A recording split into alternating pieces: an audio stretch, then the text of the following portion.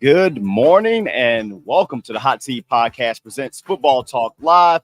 I'm your boy Shawn Xavier alongside the storyteller. Thank you for joining us this fine, dreary Sunday morning as we come in and give you guys some of our unfiltered conversation, unprofessional football analysis, centered around both college football and the NFL, some picks, some news topics, some hot takes, everything else in between, some coffee.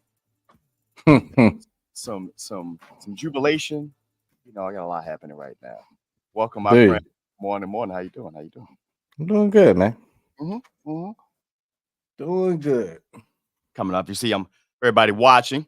We are streaming live on YouTube and Facebook, our Facebook page as well. I got my Batman mug. We're a day removed from Batman Day being yesterday, so I'm feeling good. It was a good, successful day. Then, of course, you see I got my orange and my teal on, green, whatever, for my Canes, and then I got my Commanders on from last week's win, and feeling good. And Dave got his Michigan hat on, even though I think the green screen might be messing up the logo, but his guys did their thing. I'll let you have the floor first. How you feeling? We're gonna talk about the game, but how you feeling coming off of yesterday's success? I think the main part of the success was and I see my connection is messing up. Do I gotta tap back in? Nope, you're good. We're gonna let it go and see if it'll catch up. All right, but I think the main success of yesterday, and I remember, you hit me up, telling me to breathe and things like that. But honestly, I'm riding high on this season, so I don't want them to do bad. But I never, if you remember in the very beginning before the season started, I had said that I don't see them, bidding for the championship at all, Right. doing a repeat or anything else like that. Everybody left. There's only a handful of players that really stayed at the Harbaugh left, like our running back, who is the backup now. Right. Our tight end, which I believe is hurt, Loveland. Then you're dealing with really not too many others. No quarterback, no main quarterback, no main wide receiver. You may have a couple people on the line here and there. That's really it, besides our cornerback, our main top cornerback that's out there. So that's what you're dealing with. You're dealing with an all-new squad with all new coaching, people coming in from the NFL, like Wink and stuff like that, and you're trying to adapt. So I really will not put a real emphasis as far as my take on this team really until next year, when it's really his squad that he brought in. Now, the one thing I will do is critique certain parts of things that should be together. Right. You are Michigan football. Run the goddamn ball. Why you had whoever in for these first couple weeks, and he came in, he's gonna be the guy and everything, and the whole time during off season, who was I talking to y'all about? Alex Orji. The whole time. And then next thing you know, NCAA football drops. I'm like, oh, Alex Orji. Now I know he's not great, and I know he's not really a throwing quarterback. That's really what it is. But at the same time, he changes the game, because the hardest position to guard against, to defend against, is a mobile quarterback. Absolutely. And if they can put into play, which they should have done all off season, quick slant screens and things like that, or balls that they know that he can throw, like, it'll turn out like yesterday. And they really didn't even throw no passing scheme in there. But it's so dynamic that you're like, oh, shoot, where are we going? Because you're looking at three different people that can run the ball all at one time. So that was really my take on the offensive side. They finally got into gear of Michigan football. Yes, this is what you're supposed to do. Don't change the game. But then secondly was the fact of the defense. And I got to touch bases on Mr. Wink Martindale there. This ain't the NFL. I'm gonna bring you Earl, since that was you guys Giants former defensive coordinator. Let's bring in our guy Earl here so we can get something going. What's going on, Jay? Let's see where we got. See if everything goes. Oh, there we go. What's up, Earl? Morning to you. Peace, my Negroes. Peace, my Negroes.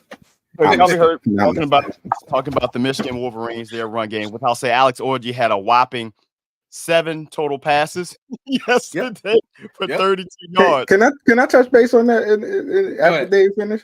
So no. I'm going to defense next. So go ahead and go on him. Okay, so I've heard David make jokes because we played college football. You know what I'm saying? So I've heard the jokes. I laughed, but I ain't really understand. He got the experience. I saw it. Right. So I'm looking because I put a bet on yesterday, and I'm looking at his stats, and I'm like, yo, this can't be right. Did he play the whole game? Literally, it said like 12 yards. It said like 19 yards. I was like, all right, so maybe somebody got injured and he stepped in last. No, that was his first start. Yep. Yeah. Okay, so that's even worse. All right, so the other two that makes sense. This was his first start. I was like, yo, you know what? They had him at 127.5. I'm taking the under. Taking the under. And then everything hit. And I'm looking at that and I'm like, yo, all right, maybe the second half he gonna throw the ball. Then I'm seeing what he's doing. All he's doing is throwing like little crossing, like not even that, like in the like flat, little slants and stops. Little dump offs in the flat. I love it. Yeah, but dump offs in the flat or whatever, and they ain't even, and they know what's coming, so it's like they ain't getting nothing more than 3 yards or something like that. So I'm just like, yo, this cat. So I go back to say with him, no disrespect to this brother, I don't. If they really feel like they're gonna go far or keep this train moving, they can't think that they're gonna be able to do it with him because you have to throw the ball. You know what I'm saying? And I'm just like, yo, there's nowhere in the world that you're going to throw, that you're going to continue winning games when you throw 30 yards a game, if that. You know what I'm saying? Like, you got to throw the ball. And then I ain't going to hold you. If I was a wide receiver on Michigan, I'm not coming there. I'm not coming there with this bullshit. Like, get me the fuck out of here. I'm not coming here. So let me piggyback on what he was just talking about. So number one, big time receivers in that sense, if you know Michigan football, it's not the place that top receivers come. But the thing is, system wise, they actually turn into steady wide receivers in the NFL. You know what I mean? They're not great, but Manningham, all them, they turn into, consistent wide receivers out there. And the reason why is because there's a system that's put in place. Yep. Harbaugh adapted a system. It was his. It ran fluently. That's why old boy could take over more when he was out and just keep the ship going. For some reason, going into this season, I know why, this was his baby now. He wanted to show something different.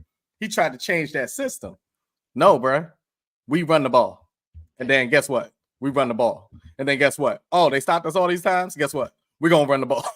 and that's what Michigan does. They're ground and pound. Did you see how many yards they put up yesterday? Like, it was ridiculous. And so they couldn't be stopped. 291 yards rushing. Yeah. And that's Michigan football. But where I was leading to now, because what I was saying earlier is I wasn't shocked on what Alex Orji put out there. It's just the fact that I don't know what big difference thing they thought they were going to have the first couple of weeks with old boy that transferred in. He didn't look great. I was like, who is this? So, like, he was a savior or something. But on the defensive side, and I'll just say this real quick because I don't want to stay on this the whole time. Wink has to adjust to college football. Yeah. College football is not going to adjust to him. Yeah. You cannot sit back and blitz every fucking down, especially with the non-speed that your defense has. There is maybe a couple good players, but there's only one great player on your defensive squad. Only one. He plays the cornerback position. And if they're smart, they won't throw in his direction, because when they threw in his direction last game, he did a pick six.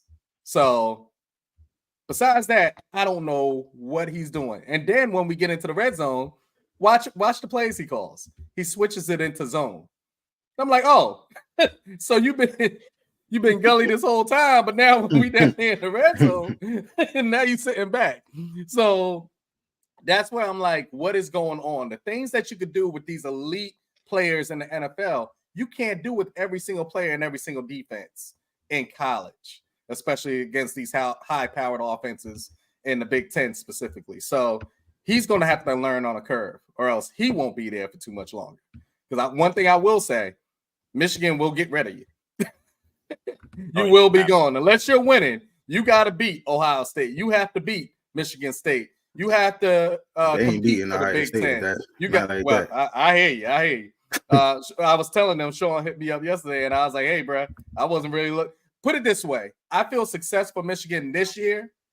Big success is making it to the playoffs, period. If we make it in that top 12, I am happy as hell for Michigan. I don't even see it with the schedule that they gave us. I don't see it because we got about 2 to 3 more main games to really play. And we won 1 out of the 2 that was 2 big ones. So that's enough on Michigan unless you want to put something else in there, Shawn. But yeah, it's one of those things. I just need them to move on, bro. I'll say this about while watching Michigan. Run the ball with your quarter linebacker, because that's what the hell he is. That's what he is, bro. Run it with your quarter linebacker. Let him throw that little slant. He's like as I'm watching him, he gives me a lot of the Anthony Richardson vibe to him.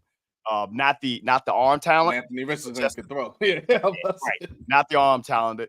And he hasn't really aired anything else, so he may just have one of those guys who can throw the ball mad deep, but it ain't accurate at all. Like you have that one friend. I think he can do that, but I think his decision making is horrible.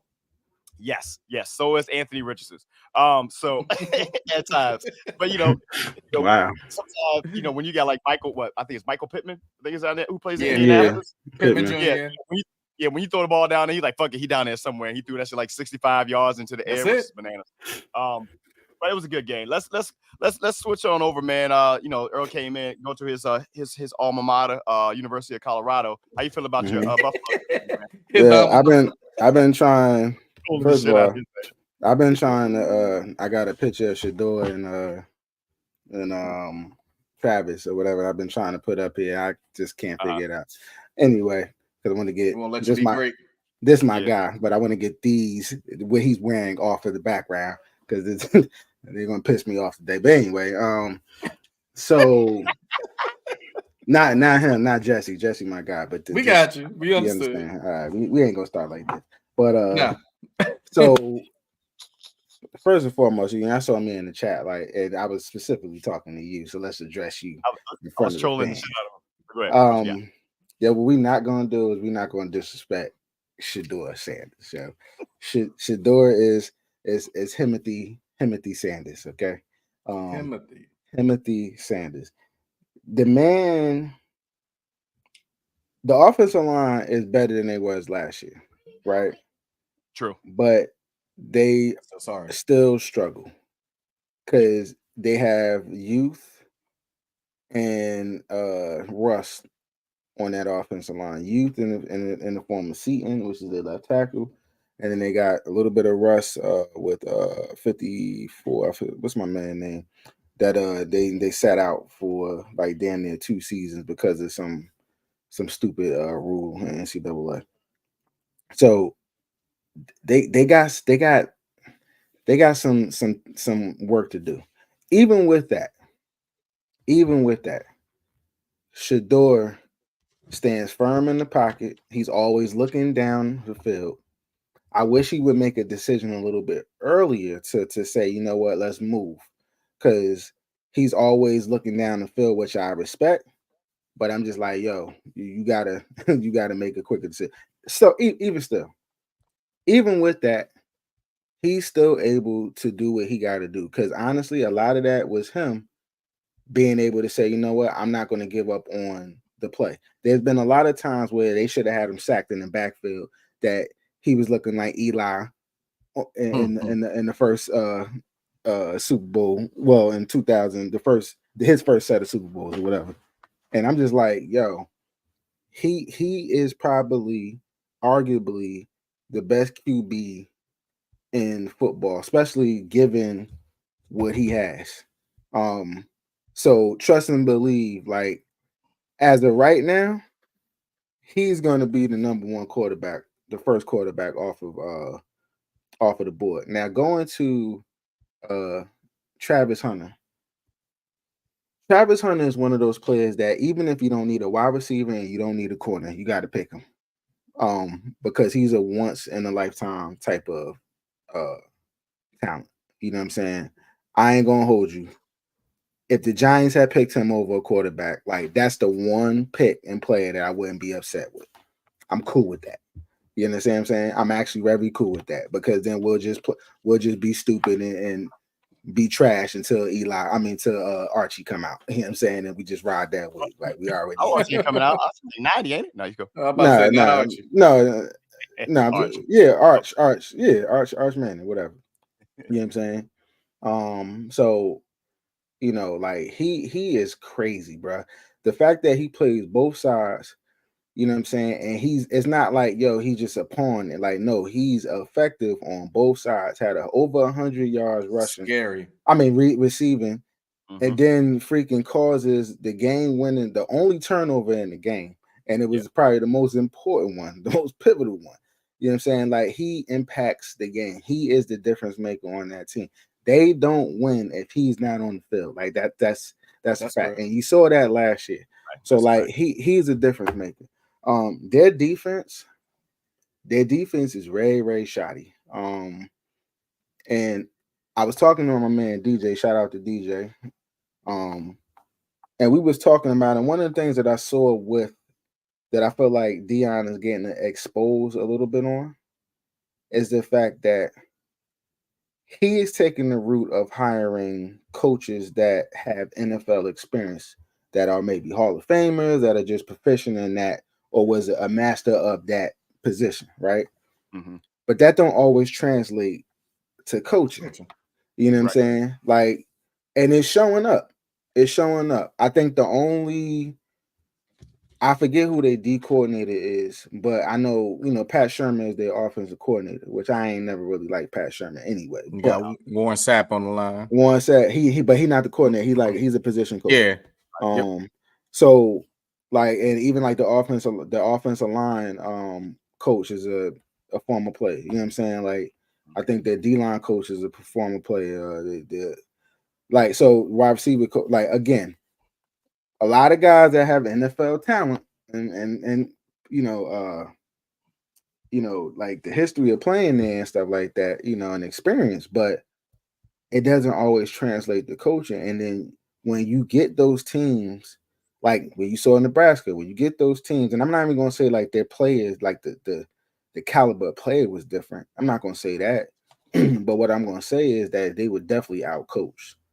You know what I'm saying? So it is kind of exposing Deion a little bit, but I really feel like there's something special going on with Deion in Colorado. Like I just think, despite what everybody's saying, like I think he's gonna really shock heads, and this is why me in New Jersey is sitting here tuned in at 10, 11 o'clock at night, waiting for Colorado games. I'm more tuned in to Colorado than I am with my own damn team. You know what I'm saying? So it's something special around them. I don't know what it is, but it's kind of like an Angels in the Outfield. If you ever seen that movie, like it's like I think they playing with a 12th man out there. You know what I'm saying? So I'm with you. No, I was trolling earlier yesterday. If you guys know, I on my nerves. I said Travis Hunter first round. He's like, "Where you?" I knew. That's like because Shador would be. He kept on answering too. Yeah, he kept did. On answering. You catch me at vulnerable spots, bro. So before we transition over to the next thing, I agree. He will go in the first round as a quarterback. I don't think he is going to be the first quarterback taken. I think more than likely it'll. And this is not me biasing, but I think Cam Ward will probably be the first. Absolutely not, buddy. Okay. Absolutely not. But what I do see is something that he has to get better at is speeding up and processing of the information that's being Shador. Because we know you will not have that time in the NFL. Make that quick decision and go. That's why when I watch their offense, it reminds me of a team, and it's kind of like what they did in Jackson State too. And you see some other teams, whether it's high school, some other lower level colleges, they just grab a bunch of talent. There's no real system to the team. They just, hey, we're going to out talent you. And if we can do that, like they were able to do that yesterday, in that game, and also do that against North Dakota State. I think that's who they played. That they almost lost to. So, but when they go up against those teams that actually have a established thing, whether they play up against like Oregon, like last year in that offensive line, you're going up against they went up in Nebraska. They have those things they're going up against. That's why to your point, Earl, bringing in these NFL coaches, whoever in the past, who really their teaching does not translate to them, may not be a long-term thing for them because they're not establishing a Colorado system. Like, if you go to Michigan, they say, hey, we're running the ball here in Michigan. You know what Alabama going to do. You know what Georgia going to do. Teams like that. Colorado, they're going to win some games just off of the talent of Shador and Travis and those guys. But then they're going to lose some games because it's just going to be like, hey, what play can we call next? And that may be the downfall to them getting better talent in after these guys go. But yeah, he'll definitely the scary thing on that point, though, Shawn, and I think you all would agree with this. My main thing is, where do you go after this year? That's what I'm saying. I don't think they're focusing on that. I think they don't need to focus on it. Yeah. I'm just telling you, Shador gone. You know what I mean? You got Travis Hunter gone. Honestly, I really feel like that might be an actual help for them once they leave. Yeah, only because like quarterbacks know that, especially if I'm a top quarterback and they need a top quarterback, I'm not going there because I know that I'm playing behind. Like I ain't doing nothing until after he leaves. Until what's the name leave. You know what I'm saying? So it's like once he leaves, that'll open up the flood. That's just like even that 5-star that somewhat committed and then he like very high on it. And then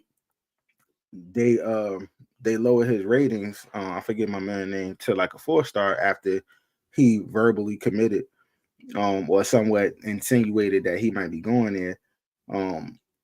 Like I said, I think that at the end of the day, I think it's going to help them. You know what I'm saying? But also too, I think people are also waiting to see how this shit transpires. Like if they have another 4-8, ain't nobody coming in.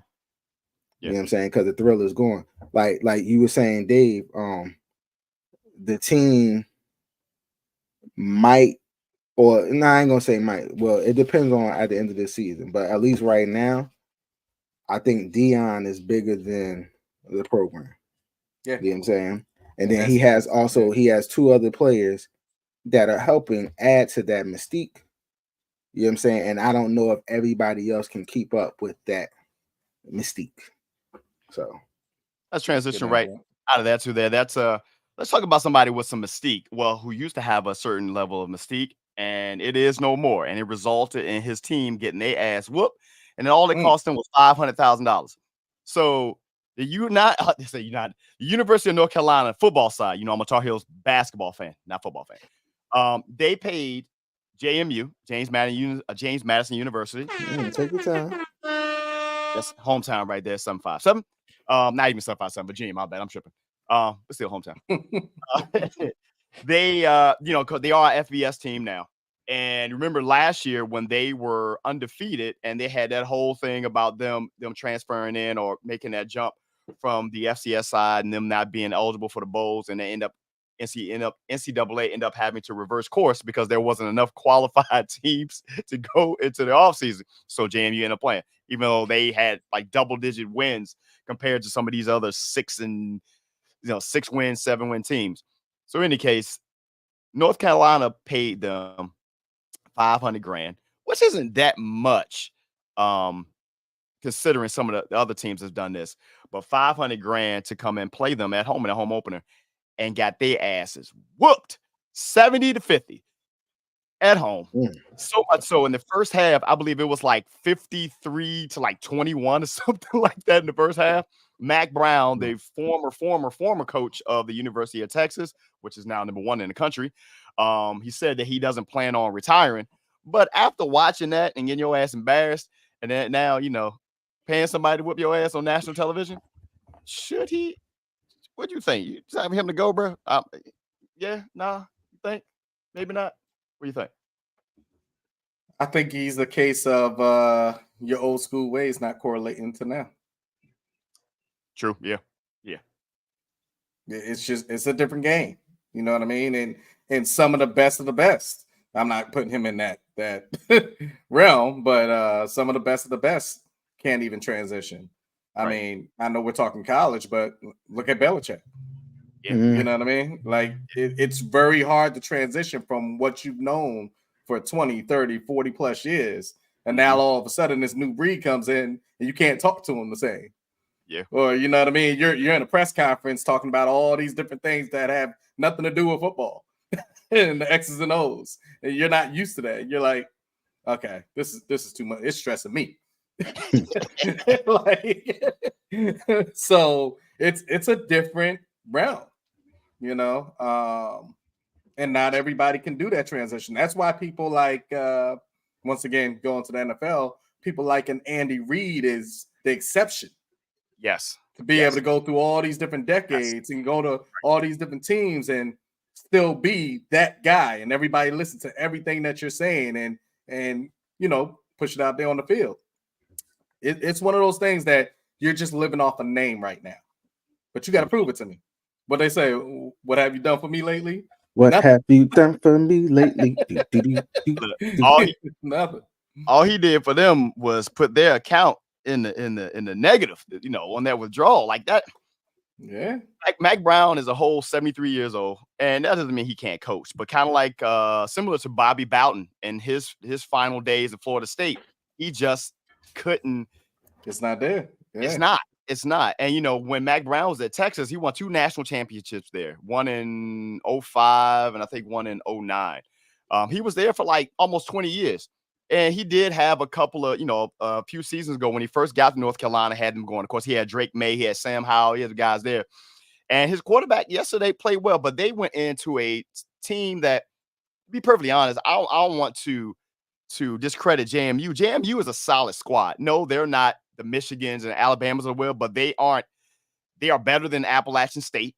They on a neutral field, they may give some of these they could give those Colorado programs a problem. They got some studs out there. But North Carolina, man, rough. Like to I mean, this doesn't even feel as bad as this, and I know I hate pulling at your heartstrings, man. This doesn't feel as bad as the App State Michigan game. And the reason I say that is, you know, that upset is because Appalachian State came in with a game plan that Michigan wasn't ready for. They ran the hell out of the ball. Michigan wasn't ready for that. I mean, they just played keep away and they ended up being an upset. These guys were just throwing the ball downfield, man, and was lighting UNC up the entire game. It looked like the varsity against the JV, and the 50 points was because at that point, you got to throw. You got to throw. What's your take? What's your take, Earl? You know, what's your, you know, what you got on that? I mean, I agree. I really don't have too much on him, but I agree. Yeah. Some other games that took place yesterday, of course, my Miami Hurricanes. I was about to say, you ain't gonna touch your game? Yeah, man, that game was you know, it's funny. I'm watching that game. I'm about to call you biased, Billy. I'm not biased. I'm watching the game, and I know you're gonna say something smart, Earl, when I say this, but South Florida Well, he's the best ever. He's the best ever that played in that game, just like they play in college football. So doing like the first season when we first opened up the game for college football, and I was playing USF, and some of my practices were they were like, you know, no huddle all day, and killing it. They did that last night to the Hurricanes, so much so that I'm yelling at me and my son. We're yelling at the TV, and I'm telling the coach, "Hey, call timeout." They ran a 17-play drive. It ended up in a field goal, but it was a 17-play drive. Was almost 10 minutes in the quarter, like similar to what we're gonna talk about a little bit later today. And it was like at this point now, you gotta know Cats was, you know, they started having those penalties. They just grasping Cats like they about to pass. It's humid in South Florida.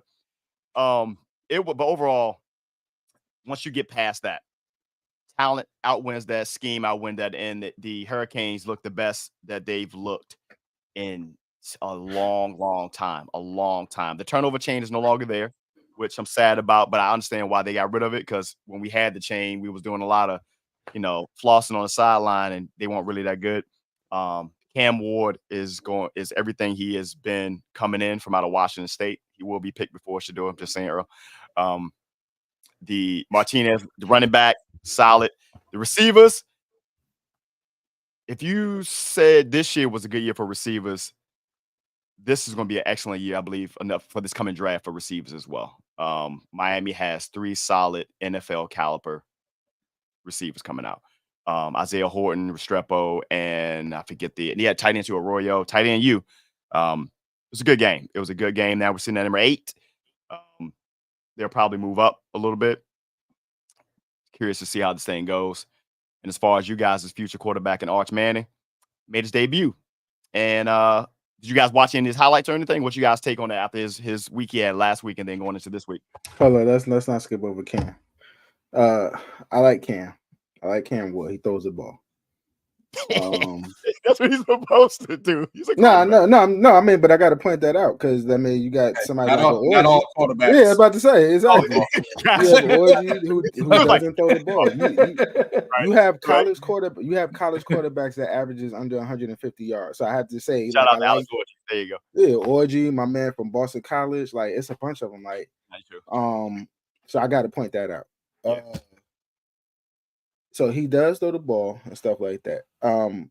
My only issue with Cam, and I could be wrong, is that this is the second and third team, right? Because he wasn't second team. So, yeah. But this is his third. Is his second year or is his third year? Did he redshirt his first year? Yeah, and Cam Ward is actually a senior this year. He's a senior. Okay. All right. So it's safe to say that I think that this was like the first year, like he's really coming into his own, right?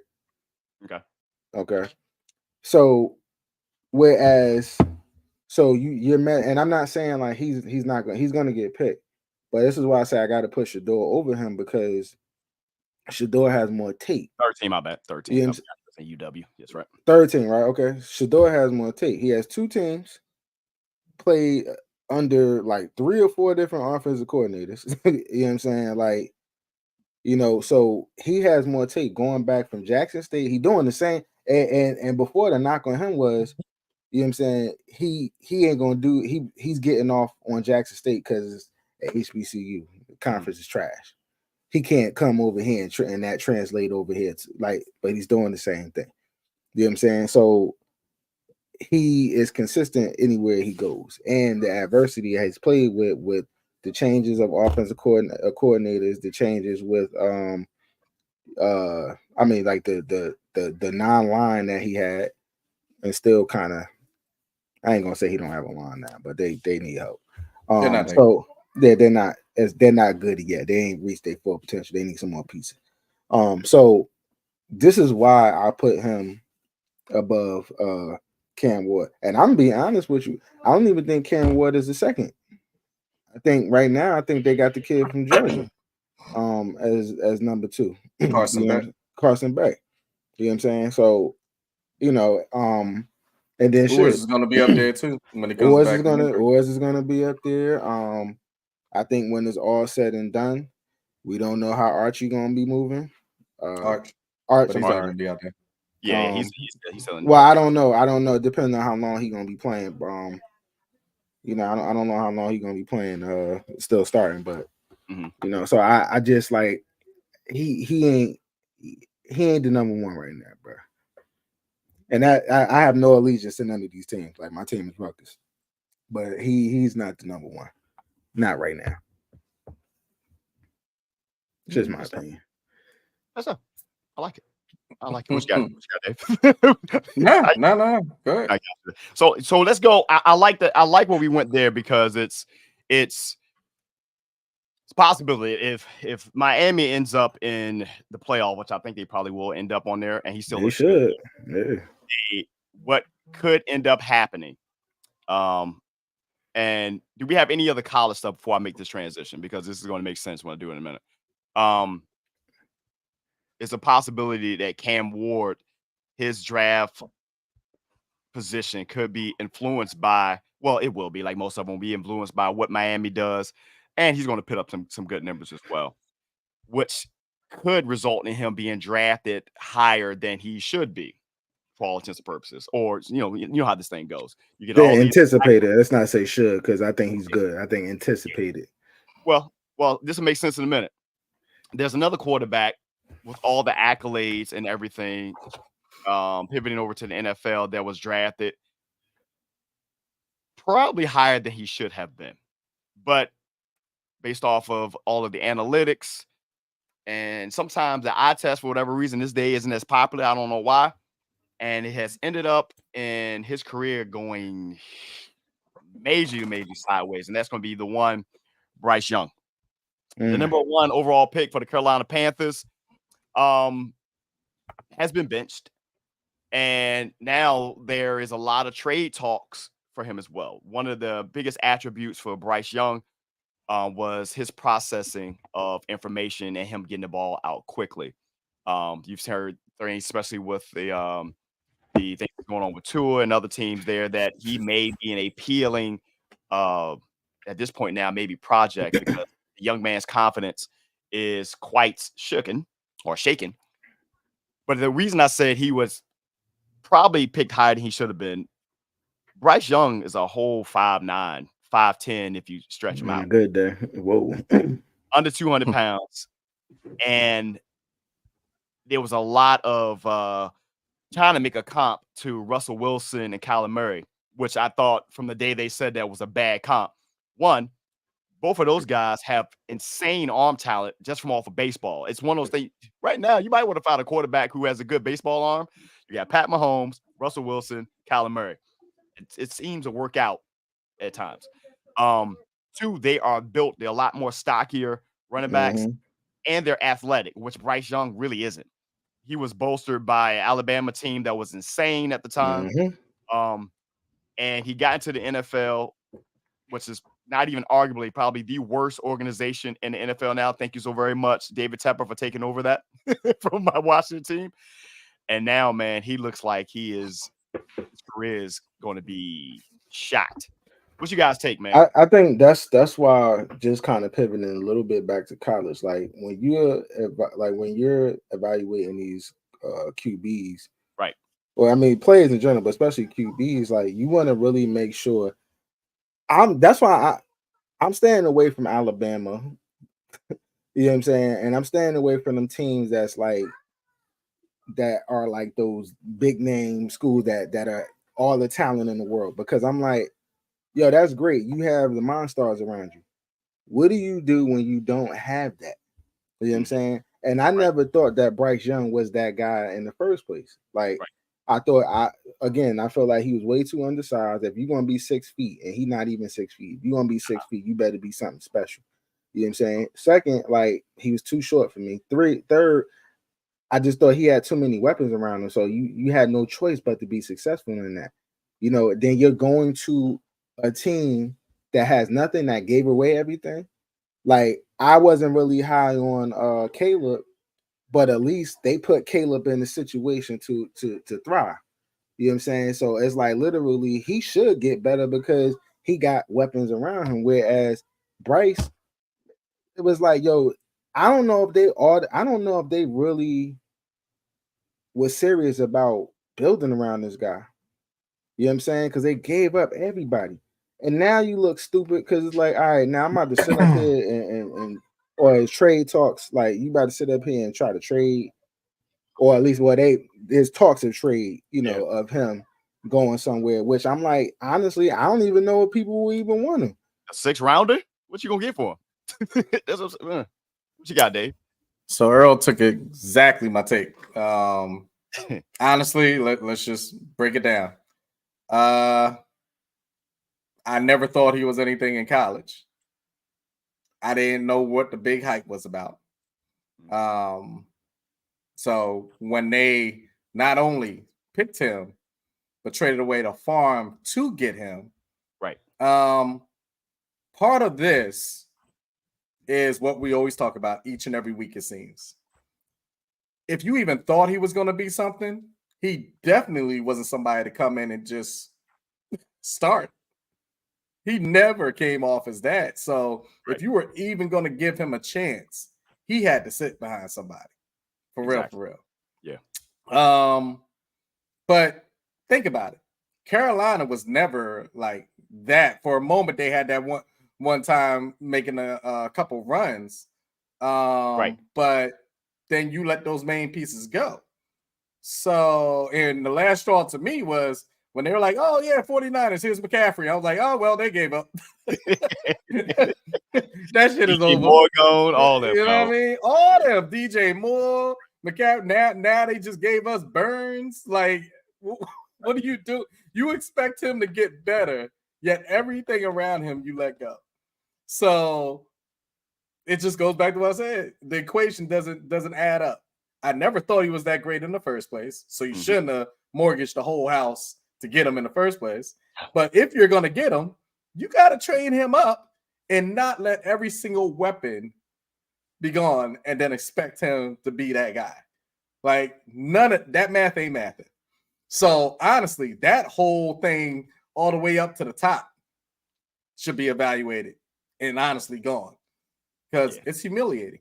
It really is to watch them. As bad as my Giants are to watch, I sit back. It's one of those things where you sit back and you're looking at your bad team, and then you look at them and go, all right, well, we're not Carolina, though. Yeah, right. Look, like, we got a couple pieces. I can say that now as a Washington fan. Absolutely. Like, thank you, David Tepper, for taking that role, as Daniel Snyder had that, he had that seat for the last 20 years as being the worst owner in the NFL. Wait. Side note. Yeah. I swear to God, Giants. I swear to God. If you are in this motherfucking trade talk, I don't care if it's a 6-7 pick. If you're in this trade talk to get this guy, I am going to be, you know what? I'm gonna do my Kendrick Lamar. I'm just gonna bleep out this whole part. Just go ahead. My God. This is just a pure shit show there. And as you can see, that the owner, who is absolutely, you talking about a meddling owner, bro. We've all had that. You even talk about your Giants this time. Of course, I'm talking about, my Commanders, and there's other teams like that as well. But at one point they brought in this whole staff to like Jim Caldwell and all those guys, quarterback coaches, offense coordinators. That was just last season that they did that. Got rid of all of them. Mind you, this comes, 2 years, maybe 3 years removed, when they had Matt Rule in Carolina, who they fired him and paid him off to go back to Nebraska. Still paying him.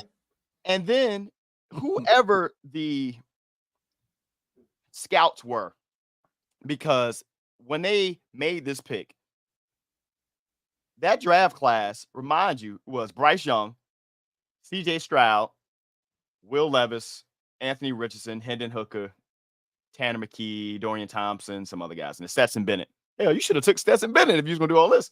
But they passed on CJ Stroud because somewhere the Mel Kiper types of the world and such had people convinced that CJ Stroud was only good because of the Ohio State system.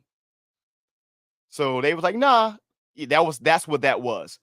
And that's really why he fell. That whole, if you go look back, they really was on that. Well, they don't know how good CJ was going to be because he's coming out of Ohio State. But first of all, measurables alone, I would have took him over Bryce Young. So he gets down there. They blow up the coaching staff twice.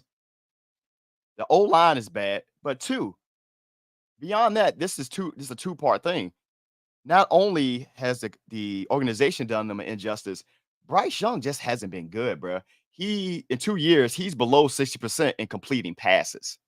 Like, yeah, he's getting sacked and stuff like that. He's literally not accurate with the ball, which was his thing. And so much so, you saw Adam Thielen throwing a whole fit on the sidelines last week because he was wide open. The dude looked shell-shocked. It's bad. I'm pulling into the chat now. Right. He did. That should be the older one, but they still got that same owner, Eric, so they ain't going nowhere. He is an anomaly. Yes, I got that. But hell, to Gary's point, the OSU quarterbacks have been a bust at times. But hell, who's the Alabama quarterbacks? It's been more like a system thing because some of those guys, y'all had a particular, no, yeah, y'all, but the Patriots had a particular quarterback who's no longer there. Came from Alabama. We're gonna talk about Tua in a minute. He's been the best out of that whole thing. Then you got Bryce. It's not looking good, man. It is not looking good. I'm hoping the guy's career he can rebound. Otherwise, he may be going the route of a Josh Rosen, and even then, that may be a reach because again, he doesn't have the measurables, man, to really. He's going to have to go to like a system and sit for a year or two. Any of the teams that are even looking at Bryce Young, you're looking for him to come in and play behind somebody for years. A la Trey Lance, and he ain't even played, so that's just like a waste in there. We were just talking about Tua, man. This is the Hot Seat Podcast, Business Football Talk live streaming on YouTube and Facebook. Another Alabama quarterback who came out of Alabama with some injury stuff already. That was separate than from what's going on with him now. Tua. Can't never say his last name right, so I ain't gonna mess it up. We saw him experience another head injury playing against the Buffalo Bills. And it was one that, as you're looking at it, was like, man, that ain't that bad. But again, compared to what he suffered in the past. If this had happened any other game, we'd still be talking about it. But for Tua, it's been magnified because all of his concussions have been displayed on national television for the whole world to see. With the cameras on him, zooming in on his hands and everything, it's just a bad situation. And right now, he has been put on the short-term IR, so he's out at least 4 weeks. But the conversation now is, what should he do next? You hear the football guys saying, hey, man, you can't go right away to telling the guy retire.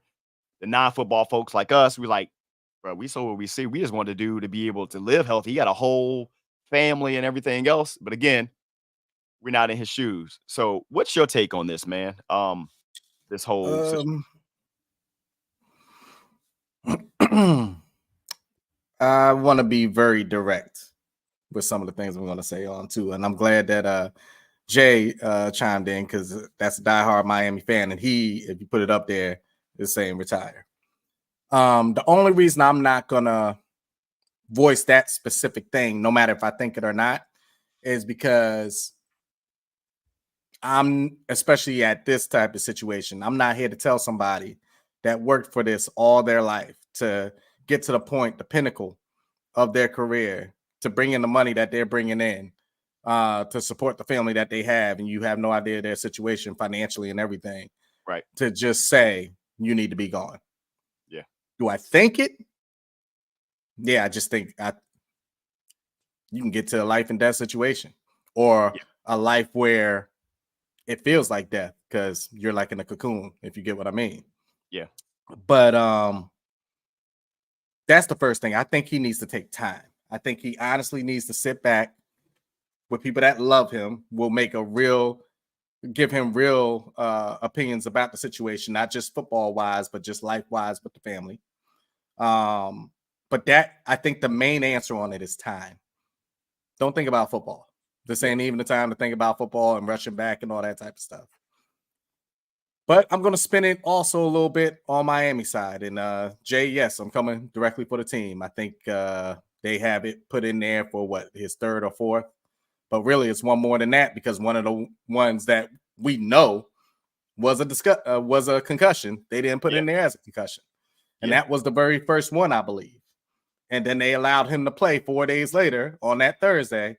And then that's where you saw him go down for the one that was officially the concussion. It's scary, bro.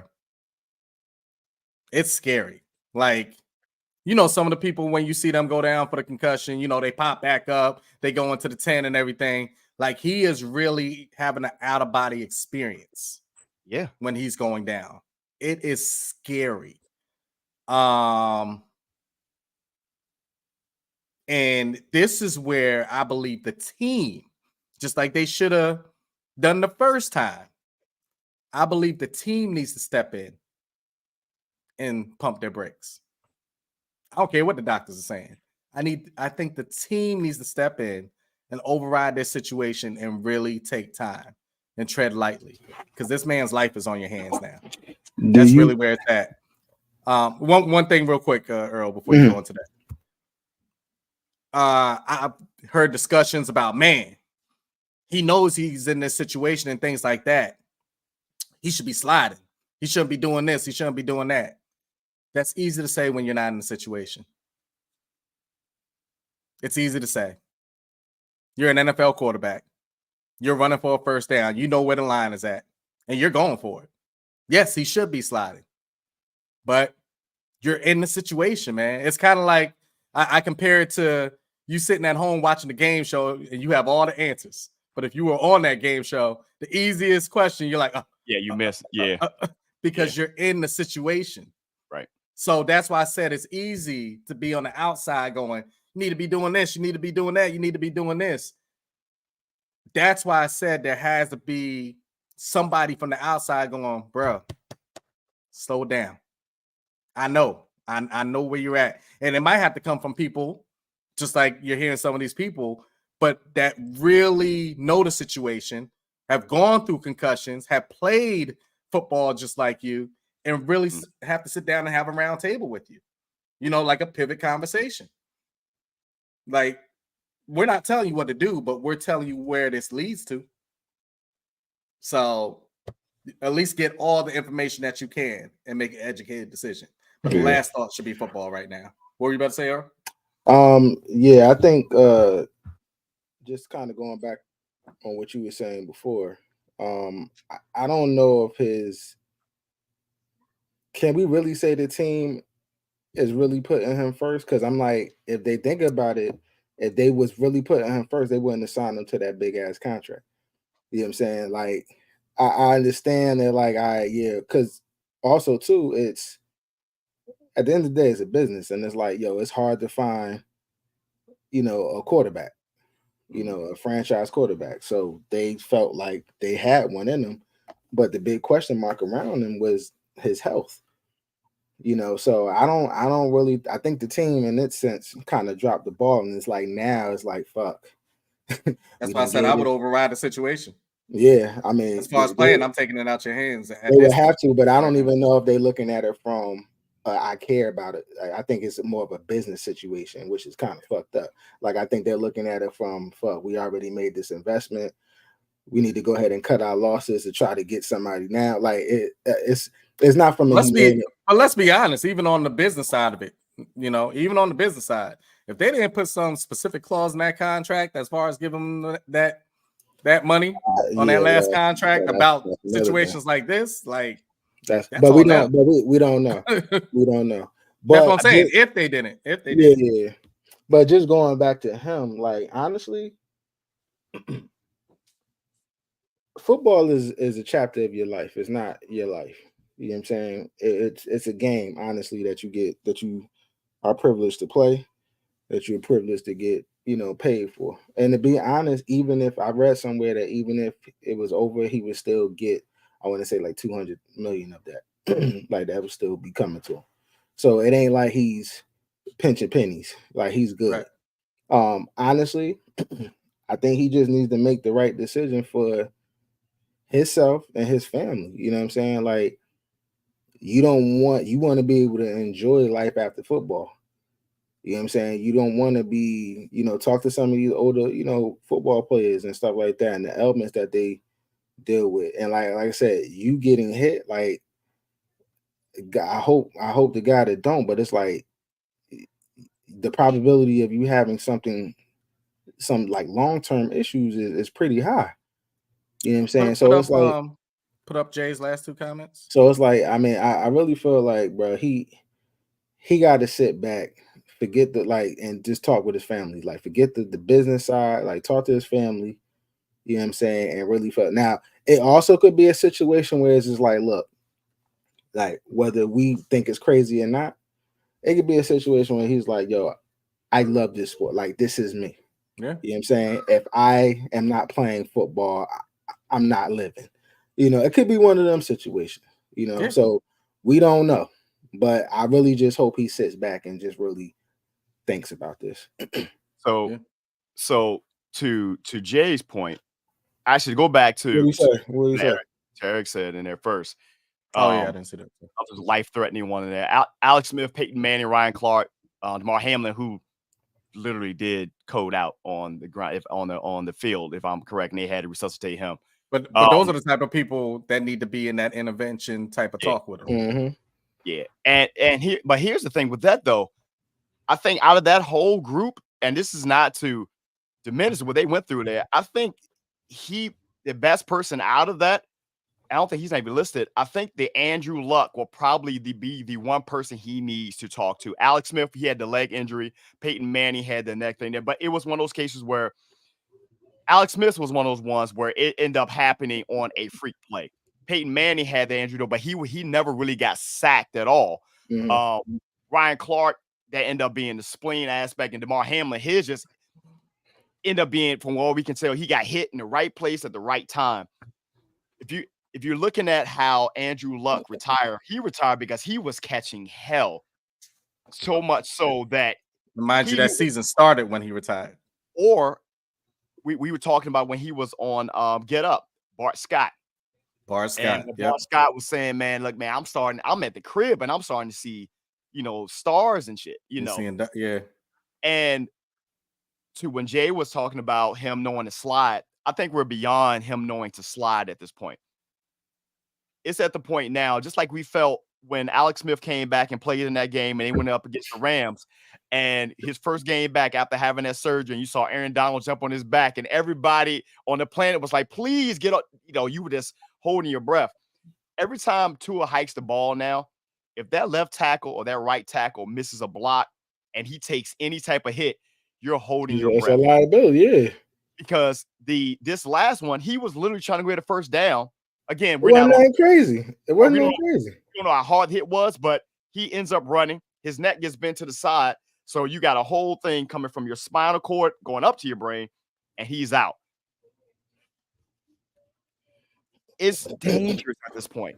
It's so much so that I've done it here. You guys have done it there. I was working on my patio, and I was underneath the patio there, putting down gravel, stood up too fast, hit my head. I'm seeing stars for a moment. I'm pretty sure we all had a few concussions in our lifetime. In his case, he could accidentally fall or something at the house, hit his head, like any regular person. Yeah. But he's had so much trauma at this point. To Dave's point, he's going to need time. Now, his contract, he's getting $1.1 million this year, and then $25 million, then $41 million between 2025 and 2028. Wait, he's playing off of $1 million this year? This year, because it's the way that it was, this, and then, but he has that guaranteed aspect of how they move the numbers all around. So he'll get that guaranteed money. But to put a bow on this whole thing, man, they're going to have to give him, he's going to have to take time. If I was Miami, I know this year they're in a win it now mode, but sit him down for the year. They have no choice. And revisit this. Like if he comes back after this 4 to 5 weeks, and he's back in there, that'll let you know everything you need to know about Miami right there. Real quick, I know it's an extended convo, but it's needed on something like this. We could have done a whole damn show on it, to be honest with you. Yeah. That Bart Scott thing was as real as it could be. Yeah. That was the first time. I must have missed that. So Bart Scott, I think it was on Get Up. It was on Get Up. It may have been on Get Up, and he was talking, and he had never said it to anyone, at least publicly, like that before. They were talking about the Tua situation. He said, I never told anybody this, but the reason why I stepped away from the game had nothing to do with the fact of I didn't think I could play anymore or anything like that. He was like, just one day I woke up and I was seeing stars in front of my eyes, and I didn't know why they were there. Yeah. And he said I couldn't remove it. I couldn't get myself out of the situation. Nothing was making it better. He said, this is not normal. And I had to step away. How many players fall into that situation? Yeah. How many players before they even put certain things into place in the NFL where they pretty much they putting it on the team that they got to take you in that tent protocol and everything else like that. But think before that, we know situations that we seen on that field that people shouldn't have been back in that game, and they were right back in that game. And us as watchers, we're like, yeah, it's revving us up that we want them on that field by any means necessary. And that's why I said it's going to take a higher power situation. And I'm speaking more in the sense of family and friends and your specific loved ones saying it's okay. We'll be all right. You know what I mean? Because it's that pressure. You're that guy. It's kind of like that first person to go to college and you got to finish and everything else because no one's done this before and putting the family in a situation. It's that pressure. They've been building up to this their whole lives. And when I say they're all on you. They're riding their dreams through you. It's real. It's real. And he's in that situation. And that's where I said it's going to take a village to really have a conversation that has nothing to do with football. And that's going to be the hardest thing as far as that separation. But you know what? On that part, when you talk about family, right? And you just stated like so many people, look at these guys and like, yo, they take care of so many people within their family. So it's like, if the buck stops, it's like, damn, all of this is and what I would like us to stop doing is that we got to stop looking at these players, families and saying like, look, putting all this pressure on them because like at the end of the day, this shit ain't guaranteed. It ain't like basketball. Like, you know what I'm saying? Like basketball, basketball, you might come out with a fucked up finger. Your finger might be looking like this for the rest of your life, which is fine. You know what I'm saying? But you'll have your mind and your knees might be shot, but all right, cool. Regular ordinary people have that. Everyday people do that. But with football players, it's like, yo, your quality of life can change. You know what I'm saying? And it's a high probability. And it puts more pressure on them because of who they are taking care of. And I don't know if family will be in a position to be like, yo, baby, I need you to step away. It might be mom. No, that's what I'm saying. Yeah, it might be mommy or something. But I'm saying if you can find that one person that you believe, part of that pressure is coming from, and they're one of the ones like, it's okay. But sometimes that ain't enough, yo. Like, because it's not even them. It's like, yo, and you bear the weight of taking care of that family. So it's like, yo, I just know I hear what they're saying, but yo, if I don't come that's out why I said and media can't just say it. Media true. I just what I would wish, and this kind of goes back to college, right? Especially with now that these kids are tapping into money earlier than before.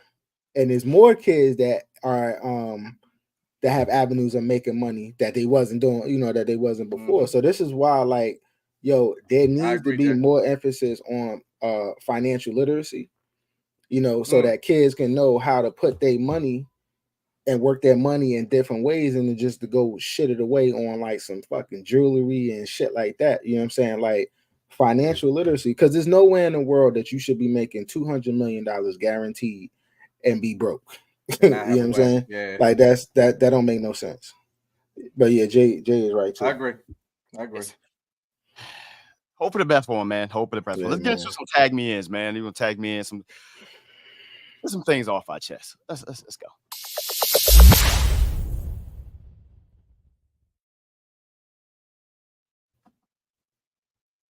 I'll start it off. And I'm sorry, Eric, to say this, but the GOAT, man, and what I mean by the GOAT as in none other than Justin Tucker. He appears that GOAT status appears to be fading just a little bit. So far this season, Justin Tucker is 0 for 2 on field goals over 50 yards. And looking at his stats over the last couple of years, he's starting to dip. He's always been right about the 90%, a little bit higher over his field goal percentages made. But since 2021, he was 86%, 86% for 22 and 23. And so far, I know small sample size, but the kicks have been looking even suspect. He's at 71% on field goals made. I'm hoping this might just be a blip, but percentages don't lie because it's starting to go. They may have to start looking at another kicker, man. I can't believe I'm saying that because I love his Royal Farms commercials and everything. But bruh, I don't know. Justin Tucker is starting to lose that edge, man. Sometimes they might be doing more 4th and 1s than going for it. Blasphemy. Yeah, Blasphemy that is coming out of your mouth right there. I'm just saying. Wow. It's look tight, brother. It's to look tight. Wow. You got it. Yeah, tag me in. Tag me in. All right. Damn. Well, you know what? Let me change my tag me in. Let me just keep it in the kicker zone. Thanks, Giants. Thanks, Giants. Build myself up for a game every single year. Go out with my brethren out to where the Commanders, Redskins, Washington football team, whatever you're calling them this year. I go to that stadium. Have some good tailgating. Even represented the little Coronas that Earl normally brings. Earl wasn't able to join us this year. He probably chose wisely. I think he set it up. Yeah. So an honor of Earl right there.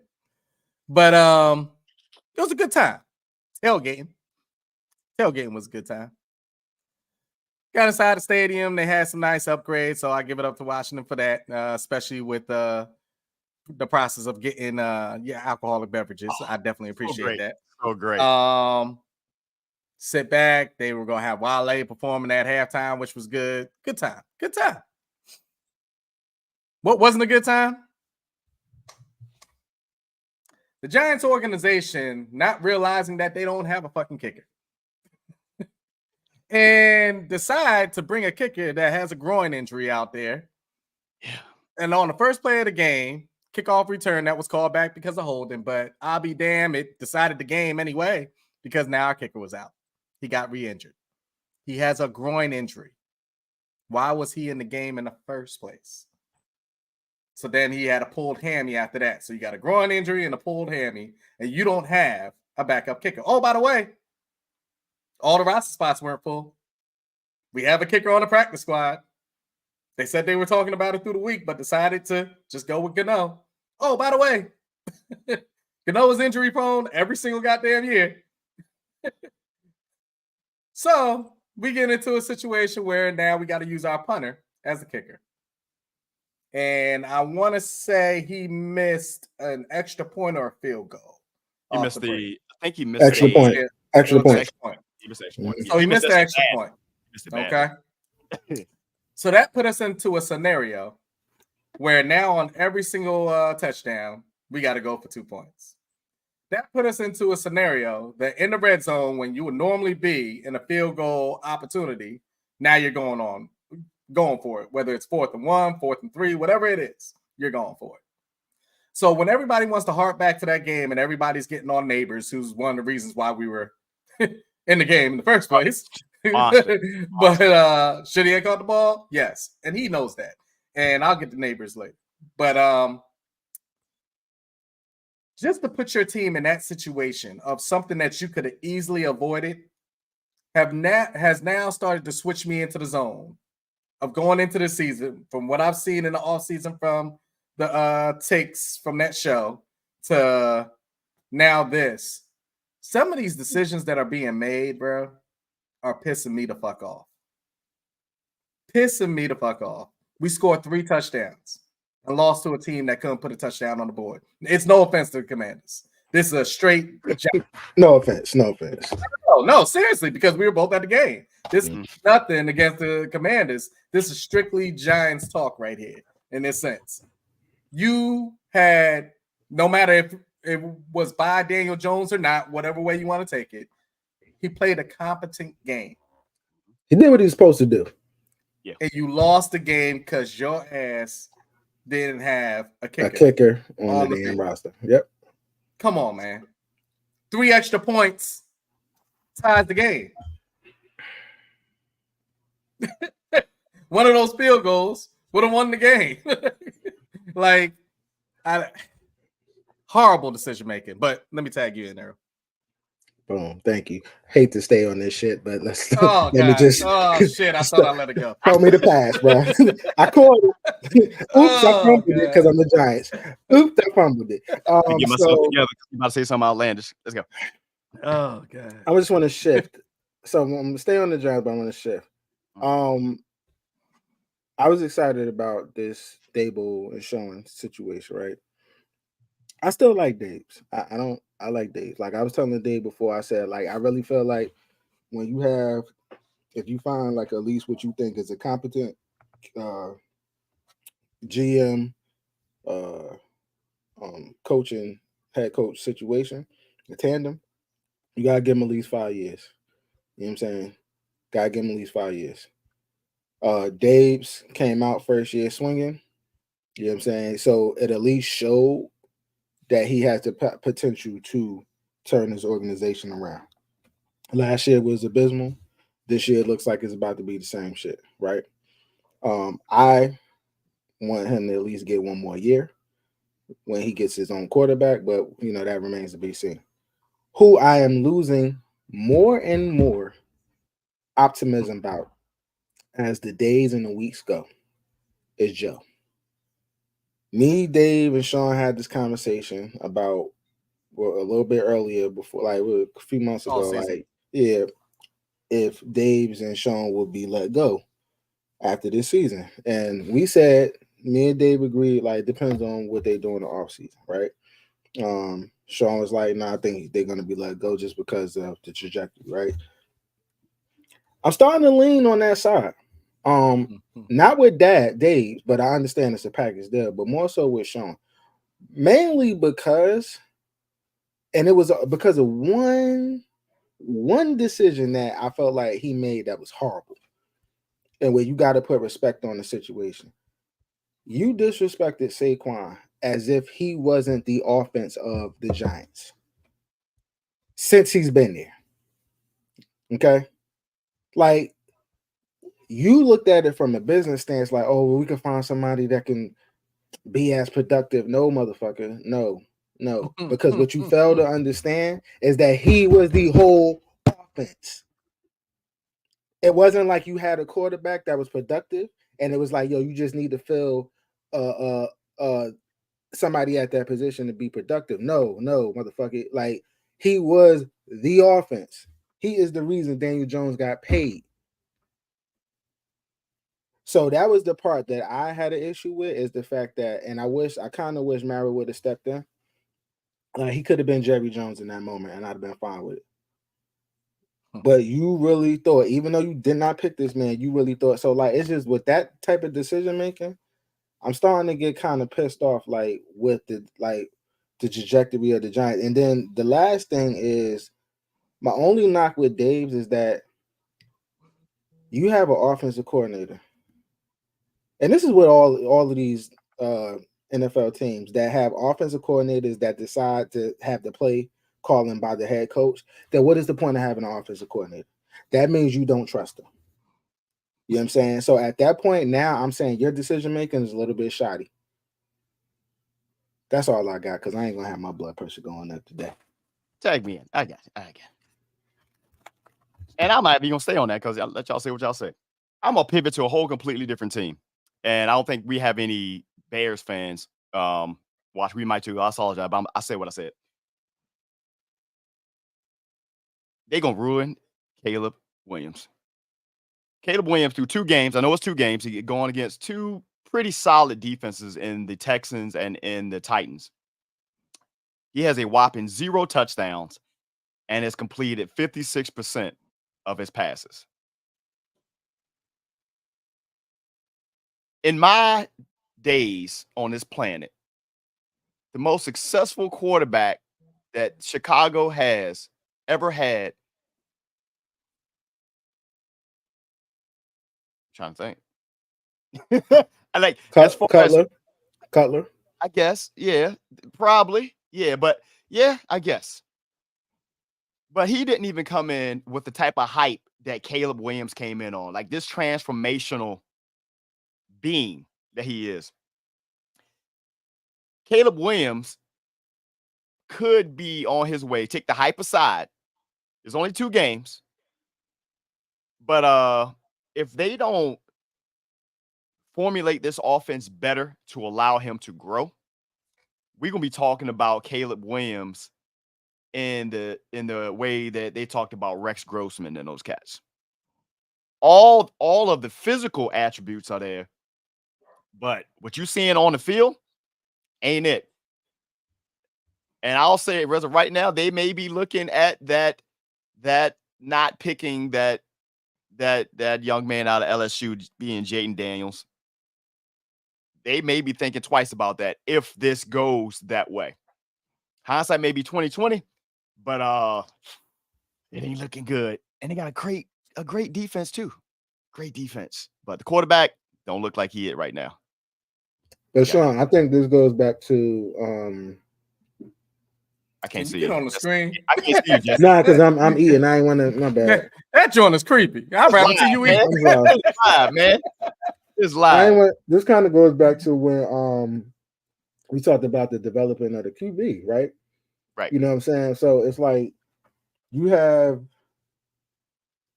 all of these quarterbacks, and I think I just saw a stat that none of the starting quarterbacks, that rookie quarterbacks, do a touchdown yet.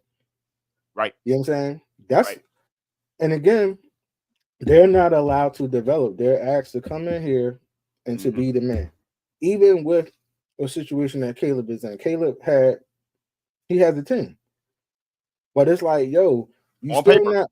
Yeah. No, they got a team. Oh, no, he got a team. They got a team. Yeah, but you're still not giving him the autonomy and the time to develop, bro. It's like, you know what I'm saying? Like, even with all of that, you still got to get into the rhythm of playing. You ain't getting that in the offseason. You're not getting that in practice. Like, you need to play and you need to get in the field. This is why, like, Archie Manning, he's playing with UL Monroe. Yeah, you're supposed to kill him, but he threw 2 interceptions. You know what I'm saying? Like, he's great, but he got to get into the flow of the game. He got to get that play time. You know what I'm saying? So it's like that takes time. You know what I'm saying? And I honestly felt like they didn't play chess with that whole situation with Fields. We just want to make sure that Earl means to say Arch Manning. Archie Manning. Yeah, yeah. You know, he hasn't thrown a touchdown, but he has completed 25% of his passes, though. So that's a big thing. I think you're on mute, Earl. You'll be muted. Oh, my bad. No disrespect to you, Shawn, with the Commanders, but Jaden Daniels hasn't shown me like he's that guy either yet. But again, I put him in the same boat with all of them cats because of development. Like, he wasn't really getting off. Like, he could run, but I also feel like he needs to stay his ass in the pocket because he ain't gonna make it through the season if he keep running, because he was already banged up coming in here. So it's not. I don't think it was a situation of them making a bad decision with Caleb. Nah, I just think, again, with all of these young quarterbacks, like, they need one thing: they need time and develop. Well, that's why I said and that's why I started off with, I was like, they're going to end, if they continue the same path, they're going to ruin him based off the game plan itself. The 0 touchdown things is something I just highlighted because with everything into it, but the completion percentages is something that stands out. He's well below 60%. And yes, Jaden Daniels has not thrown a touchdown either. They've run a lot in Washington because they're easing him into it, I will say, and he's running, still getting used to that, to the speed of that in the O-line. They're still getting there. But he has completed 75% of his passes. That is a big deal. That same thing we talk about Bryce Young. None of this conversation is being had, even about his measurables, if he's actually completing the ball. Like, if he's you should be. If you ain't throwing that much, you better be completing 75%. I'm sorry, go ahead. You should be, but like you got to complete the passes that when they matter. In this case, when they matter. So you can't be that guy like, hey, look, we're giving you this opportunity. You gotta come through when you need to. As far as slow rolling, this goes to a conversation we had going into the draft, and I know it's not the popular thing. You draft a guy 1, 2 in the top 5. If you're drafting them in the top 5, the Bears aside, because this is the first time we've seen a quarterback get drafted that high, go into a team like that. But if you're drafting that high, more than likely your team was ass the season before, which means that you say, hey, look, hey, we were bad last year. We don't know how we're gonna be this year. We're gonna draft you with our 1st through 5th pick. We might want to sit you for a few weeks as we build this thing up. I don't like seeing it in New England, but Jacoby Brissett is hating his life because they was lighting his ass up, and we're gonna talk about that in a minute. While they're sitting Drake May, that offensive line. Let's go right into it in this case. You got another tag me in before we pivot over there. So we had the Thursday night recap before we go into our picks here, and it was the Jets and the Patriots playing, and it was one of those Thursday night games. We're like, I could have did without this, but it ended up being up 24-3. But the biggest thing out of that is, outside of Aaron Rodgers looking like his old self for the most part, Jacoby Brissett was getting his head knocked off the entire game. That offensive line is horrible, and he's that veteran that they got in place right now while they let their rookie quarterback Drake May not play. But I feel bad for the guy. But this is one of those cases where, hey, we need to develop this guy. We need to build up our squad before we throw him out there. What was y'all take, man? What's your takeaway from that game? I mean, I agree. Go ahead, dude. Nah, I mean, personally, I'm pissed at the game because I have Stevenson. That's my running back in fantasy. So the one thing I get 25 yards. That's what I'm trying to say. He didn't do well. But you got to crawl before you walk. Yeah. Put up Eric's comment that you just put out there, and I'm going to compare it. We've been saying about the fact of progression and building up these quarterbacks. You can't take Drake May and throw him in that situation in New England. Okay, man. Jacoby Brissett, I mean, yeah, it was a horrible game. And he didn't have any time to do anything. None. But now you're going to put Drake May behind that same thing and, risk injury. Yep. He came in, there was a couple throws there that I was like, okay, all right. I can see him doing a couple of things here. But I still wouldn't push him into that starting spot. Nah. Because he's going to get killed. You know what I mean? So to switch over to what Eric was just saying about Bo Nix, I can see even past stats because I think Bo Nix is going to be solid. But he is in a horrible situation with the Broncos. And it goes back to also what we said before. I think you're dealing with a coach that is past the time period. Sean Payton. Being able to translate to this generation. I just think he is. Bless him for everything he's done up to this point. But that doesn't mean you can switch on over to the Broncos side and be right. Hold on. Yeah. We're doing it. Shout out to Gary, by the way, because I just came back from Michigan and we were talking from one of the breweries up there. Shout out to the Pontiac area over there. They also right down the street had Rick Ross performing. So I could hear him right from the brewery, which is nice. Good. But either way, it falls right into that situation. I think Bo Nix is going to be a very good quarterback, but they better figure out that one of the problems is who they have making the decisions on the sideline. So that's on that side. But on Drake May's side, I hope these fans don't start putting that pressure on that, hey, next week Drake May needs to be out there and blah, blah, because that's the way you're going to ruin somebody's career. Yep. What you got, Earl? Yeah, I agree. Like, I'm looking at it from the bet perspective because there wasn't nothing about this game that was exciting to me. When I seen it, I was like, Stevenson was supposed to score, man. Yeah, I mean, he was supposed to score. He was supposed to at least forget scoring. He was supposed to get 25 rushing yards, and and I was mad. You know what? I'm gonna call out something right now, Shawn. You gotta put this into effect starting next week. One of our segments is gonna be bet on it. There's a couple things in my mind that I'm like, hey, you know people what? that are listening. We'll talk throw this out there. What we should do, I like that, because what we should do is we should actually put some talk about some some odds. For sure right-ons. Yeah, some for sure right-ons that we put up here and we say did they actually cover it? So but it's sad when I'm only watching this because I put a ticket in on this because I wasn't excited about the game. You know, and that's not to knock on the Jets because I think the Jets are they're actually pretty good to watch. It was just the problem is the Pats aren't. And you know, I didn't think it was going to be good football. I mean, it was even to the point where even with my ticket was lopsided. I had way more Jets on my ticket than I did on the Pats. And all I had was, and I agree, all I had was Stevenson. That's all I had. You, Eric.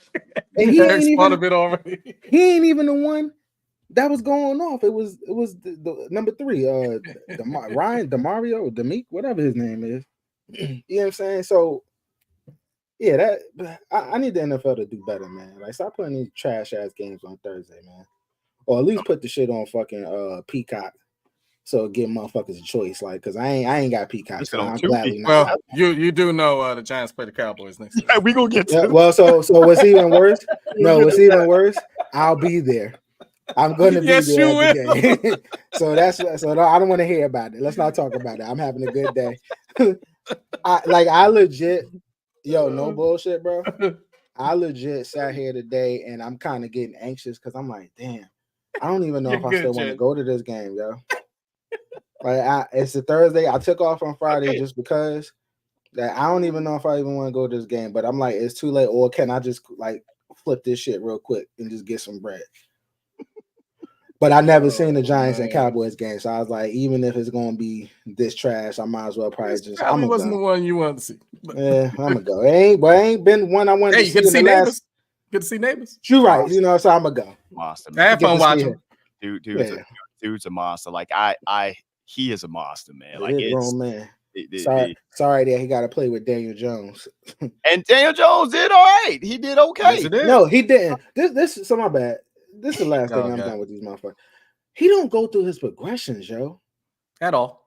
Like, it's neighbors and that's it. Wandell, you hit one time for the touchdown. You know what? I'm glad you said that. Tag me the fuck in one more time. Yeah, I got you. Tag me in one more time. No. I'm going to tag me in. Good. I know we're going to pass the tag me in segment, but let me just put this shit out there. You know what, Vegas? You're pissing me the fuck off. Because you know something. I swear to God, there's a phone call that comes through. I'm sitting in the goddamn stadium watching this game. Fellas, I had a 19-leg bet. For people that bet, they know exactly what that is. 19-leg bet. 18 out of the 19 hit. I'm sitting in the stands. And guess what is the last bet that I'm looking at? That's your fault. Of course, it was the game that I was watching live. I needed Wandell Robinson to get 7 more yards receiving. Did he get it? Nope. Nope. Because they want to keep on trying to force this thing over the neighbors and not look at nobody else on the goddamn field. I did my research. Why did I have Wandell Robinson getting 25 yards? Because the Commanders are horrible against the slot receiver. Absolutely. Horrible. The man got 18 yards. I missed out on close to $300 because they didn't want to give him 7 more yards on the quick slant. But you know, thank you, Giants. No, thank you, DJ. Vegas. Thank you, DJ. Because DJ, and that just goes back to the point of he just doesn't go through his progression. Hyatt and Slayton still hasn't. I don't even think they have a catch yet, which is crazy. The second segment, don't bet on it. Yeah. Any New York Giants besides the goddamn neighbors. I only bet on for the Giants. I only bet on neighbors, and I only bet on Singletary's gonna get you 25. He's gonna give you 25. After that, nah. Let's get into some picks, man. Oh boy, yeah. Let's go.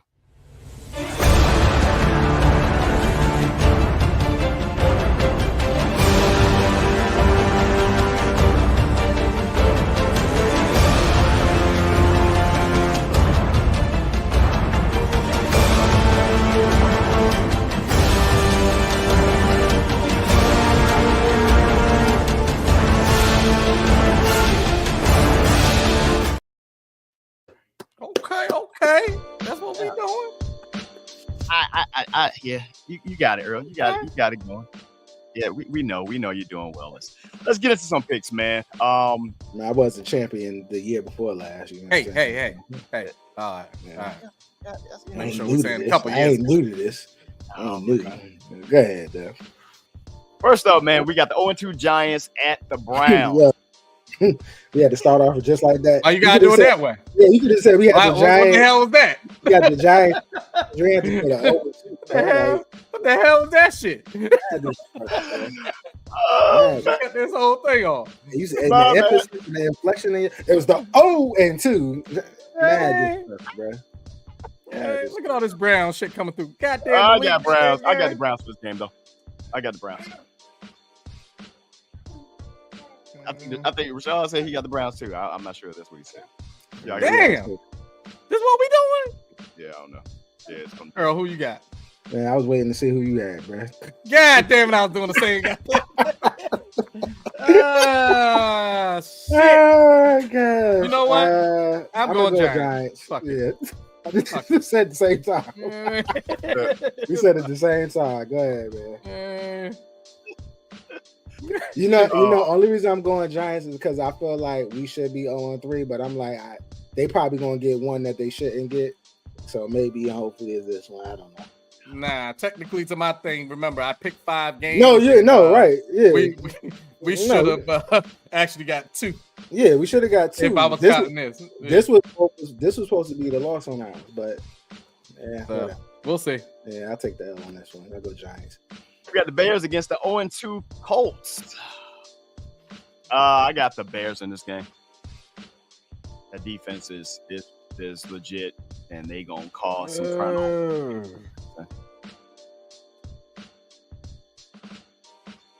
Damn. Right. Let's see. Bears from the league. Woo. This is a toss up. I'm going Bears. Yeah, I'm gonna go Colts. No, Bears. Colts gonna get their first one today. Oh, Gary going with the Colts. All right. I agree. Yeah, I'm not putting no faith in the offense. And they got a lot of injuries on that Bears side, so I'm going Colts. I think it's going to end up being one of those like 12-9 type games. It's gonna be kind of weird. Yeah. I didn't foresee this happening, looking like this, especially on the Vikings side. But we got 2-0 Texans against the 2-0 Vikings.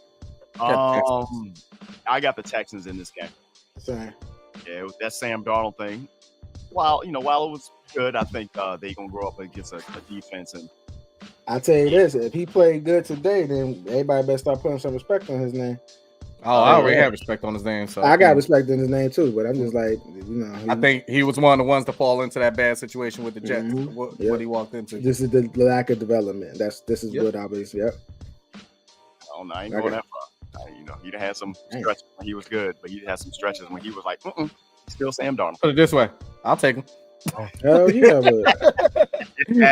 I'll take him. You got some Texans. Right. You got my pick.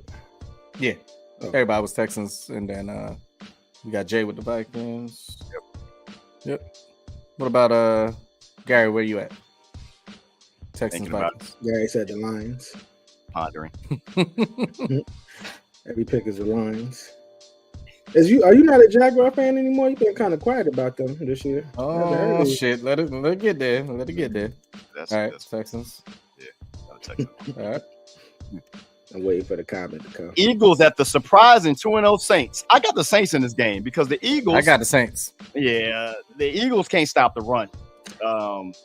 Yeah, I got the Eagles. Yeah. And I just lost one. I got the Eagles. Our week one football talk, our season debut. Dave said what he said about Jalen Hurts, and I agree. Why Jalen Hurts is going, defensive struggles aside, don't everybody get caught up on the fact that he was running for 15 yards here and stuff like that. That wasn't the play. That wasn't the play, bro. He was bailing on a clean pocket, and he was giving up a lot of plays that were there. So, yeah. Gary has responded. Earl. And this is not Shador, it's Shador. Put the E on it, Mrs. Statistician. Shit. They going with the Eagles. Eagles for Jay. Malik, where you at? I mean, Gary. Who Gary had? He didn't answer. He responded to me. Oh, okay. Gary, who you got for Eagles Saints? And let me tell you something. You know, I don't think any of us picked it, but just a hot take real quick while waiting for Gary. We be seeing two teams that we didn't appreciate being in the Super Bowl. Saints and Bills. Nah, that's a stretch. I wanted to go that far with the Saints. It's meant to be a stretch. Yeah. It's meant to be a stretch. Yeah, I think Nobody was even thinking about them. they, We were looking at the Bills like, hey, you know, Stephon Diggs is gone. They're gonna struggle. Look at what they're doing out there. They're moving like what we thought the Bills were supposed to be years for all these years. And then Saints wise, I've always thought they had a powerhouse team, but they never put it together and something clicked. They've had it. You know what clicked? Clint Kubiak. That's Gary Kubiak's son from that Shanahan tree. Bruh, you talking about goats? Say what you want about the Shanahans. Bruh, they are, you know, next to Bill Walsh. Those mofos, man, have created, they have left their imprint on the NFL, period. It's like Clint Kubiak is down there, and that offense, because the defense has been good for the last 5 to 6 years. The offense has been the problem, and he got Derek Carr looking like how Derek Carr is supposed to look. You keep Derek Carr clean, and don't give him too much on his plate, and this is what you get out of him. And then Alvin Kamara, all of a sudden, he got young again. Yeah, like, just wow. sick.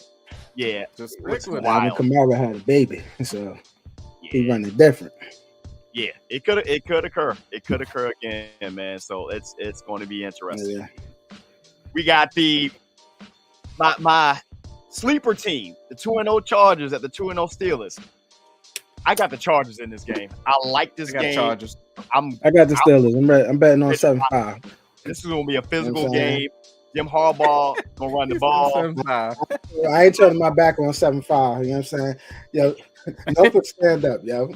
Tidewater stand up, yo. I you know what I'm saying? Granby Street stand up. I ain't turning my back on 7-5 like somebody.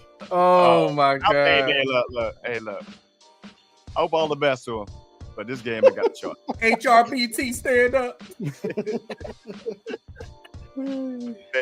Jim Harbaugh he go get so many balls this season because everybody was like, this Chargers team probably gonna be so bad, this, that, and the other.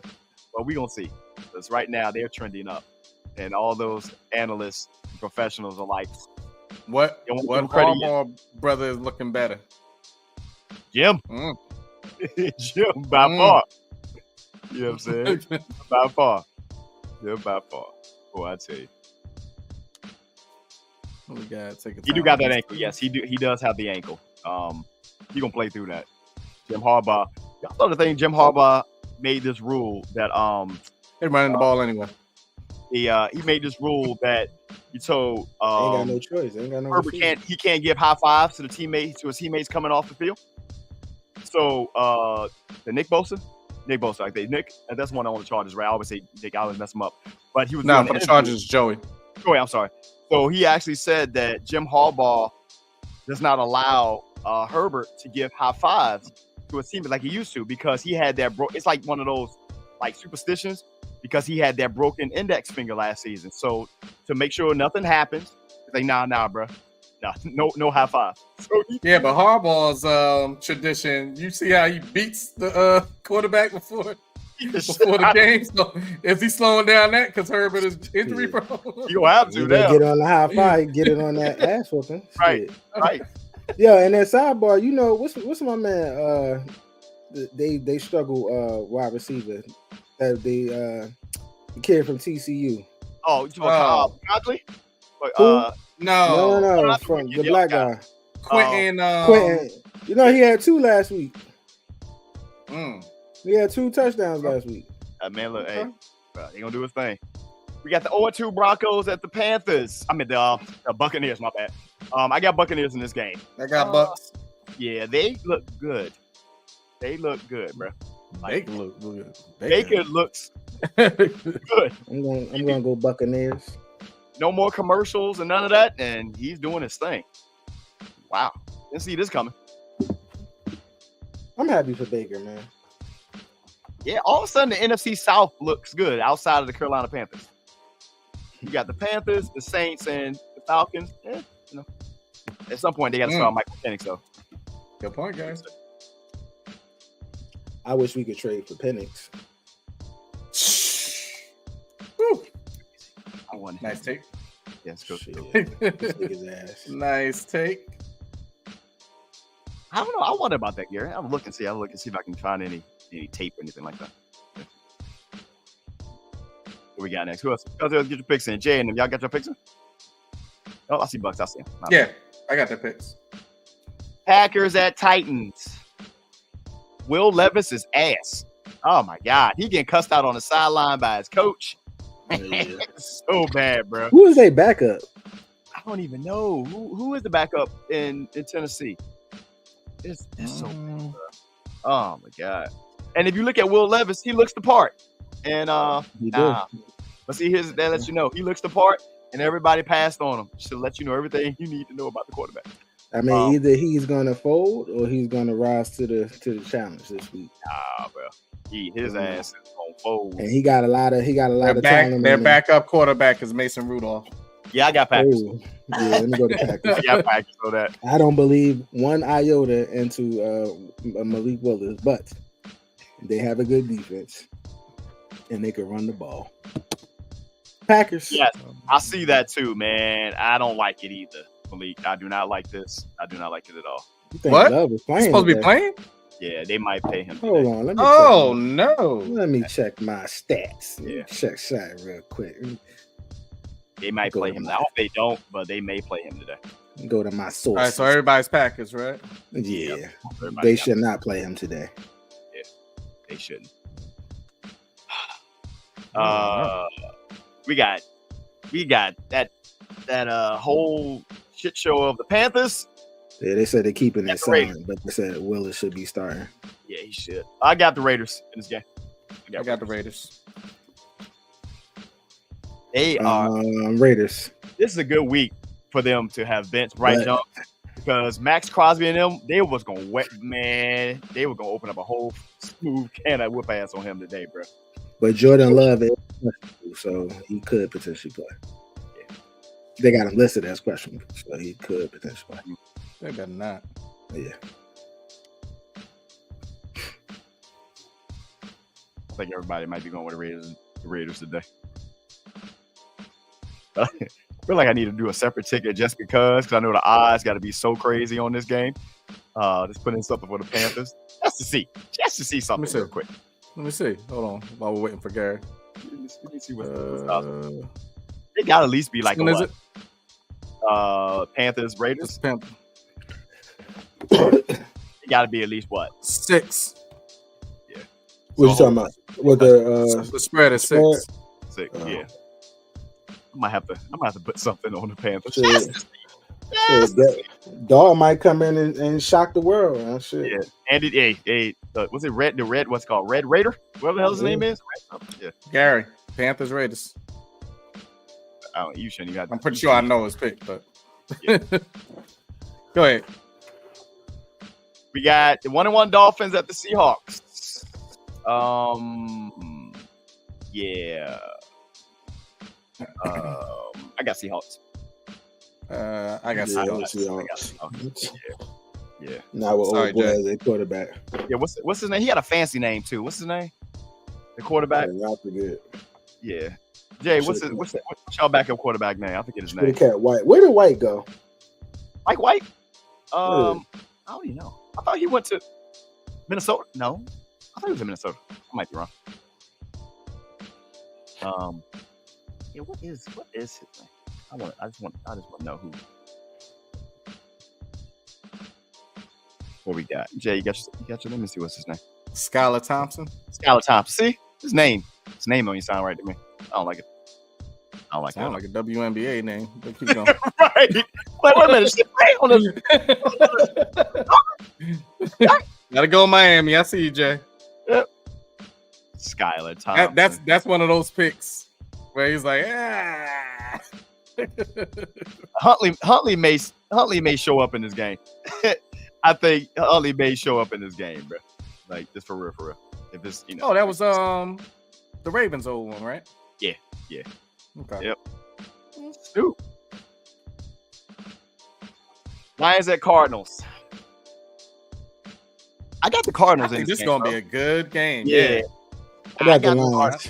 I don't believe in Kyler Murray. I got the Lions. All right. Better check I them believe stats. in Marvin Harrison Jr. Yeah, if he got thrown the ball. He threw it But this- last week. Last week. But that they ain't played the Lions defense. This defense ain't the same. Who they played last week? Damn, Earl making me.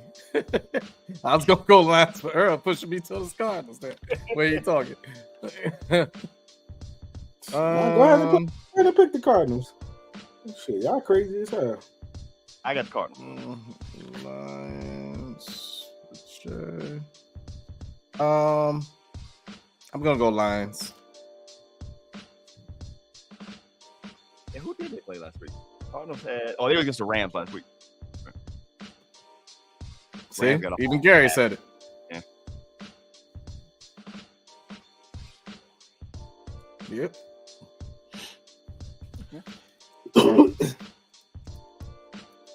I like it. Ravens at Cowboys. God damn it, Ravens. Baltimore, get it together. Get it together, Ravens. bro. I Ravens got Ravens. gonna get their first win. Get it Ravens. We ain't even talking about Ravens. Because the Cowboys gonna get their win next week, so Ravens gonna get their first win. So Oh man. Now, if the Cowboys win today and the Ravens look bad, you might have to hit that emergency, hit that button, that panic button, because yikes. Run the ball. Right. Lord. And Run the when I ball. say run the ball, use Henry. Run one the ball, ball. Everybody run the ball. run it back. You know what I'm saying? Everybody run Not the this damn man is still running like he ain't even on the field. Run the damn ball. Run the ball. Run the ball. Everybody run. And throw the ball to Rashad Bateman a couple of times. I got a moment on that. That's your fault. That's your fault. I'm just saying. Just hit likely because I got likely on mine. So just hit likely. Oh shoot. Yeah, I it's don't even know what I got on it's mine. likely he won't get no points today. Let's see. Tell me what I Oh did there. damn. Yeah, that's it. Damn. You remember you live in Baltimore County. You better watch your mouth, bro. Hey, look, right now, look, if you hear this local communication around here, bruh, they ain't feeling too good about. What's up, Fred? Yeah, we just spoke about the coaching on what's going on over there. Yep. Fred, hey, look, we said it. I said it in last week. I said, hey, bruh. Yeah.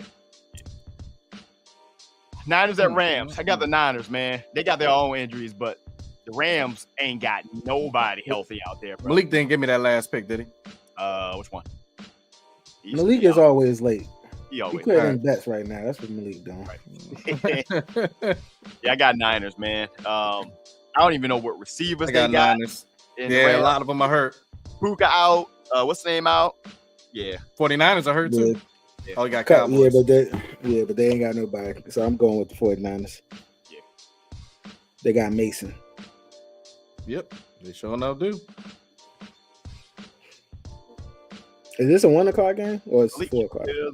I want to say this. Nah, I believe Yeah, that's it's a 4 o'clock. Game. 4 o'clock game. Yep. 4 o'clock game. Leak on the Niners. This you gotta do a bankhead bounce of this shit.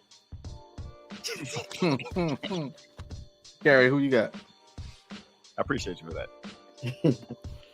Oh, wait a minute, I see it. He's taking the Rams. That's it. All right. You going against the grain? Good luck with that one. Everybody's hurt though, Gary, on both sides. Yeah, it's just bad. Not the defense though. That's Yeah, what I'm saying. 49 defense ain't hurt. Defense going. Yeah. That Maybe motherfuckers is still healthy. Matthew Stafford may catch up to you on this one. Hell yeah. Sunday night game, Chiefs at Falcons. This gonna be a good game, bro. I like You it. got Chiefs. I had the Chiefs. Yeah, but I'm going to go with the Falcons in this game, though. All right. Yeah. You feeling inspired after last? No, I feel like this may be the game. He's not going to start, but based off that defense, I feel like this may be the game that we see Michael Penix. Hmm. Kirk Cousins can't move. He couldn't barely move. He couldn't really move that well before the injury. He can't move that well at all now. You saying he gonna get injured? You saying? I think so, man. I hope he doesn't. But the fact that they put so much pressure on the quarterback, and I can see Michael Penix coming into this game, one or two. Either he has a bad game and they sub him out, or something he ends up getting hurt, man. I don't think they're going to be that crazy because you remember the Falcons got one of the top offensive lines in the league. So, hey, remember that time that the Ravens had the top offensive line last year, and the Chiefs ran in that bitch and got all through that line? Nah, their offensive line wasn't better than the Falcons. Whose offensive line wasn't better than the Falcons? Last year's offensive line compared to this year's Falcons? It wasn't better than the It wasn't better than the Falcons, bro. You might have to go check that. You might have to go check that. Gary said, put some respect on his name, bro.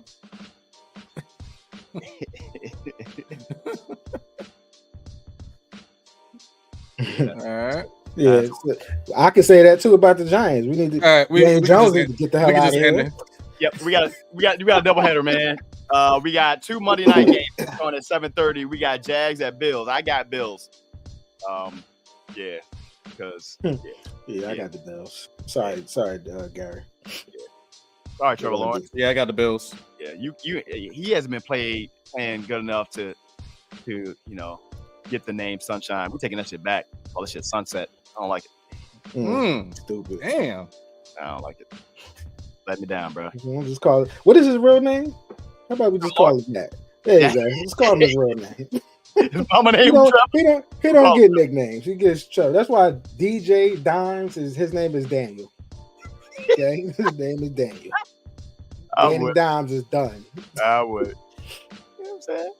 Like Danny Nichols. You know what I'm saying? No. Yeah, you don't get nicknames, though. You Daniel Jones, Trevor Lawrence. You know what I'm saying? The third. I feel like something like that. Yeah, he still got good hair, though. He still got good hair. Maybe he got that going for him. He did have the stadium named after him last week, which is kind of crazy. And that's their fault. Yeah, Florida don't be doing shit that makes sense anyway. So I don't know. They don't. See some of them videos come out of there. Yeah. And our second Monday night game, we got Commanders at Bengals. They playing in the jungle, but I'm going with the Commanders. I need y'all to do the same thing y'all did last week, except score a touchdown. Hold that ball for like 37 minutes. And so I think the Bengals are gonna win and get their first win, and Chase is gonna have 100 yards. He's gonna go off. He probably will have 100 yards. Bet on it. He probably will have 100 yards. But if he gets 100 and they still play keep away, I'm with it. I'm with it.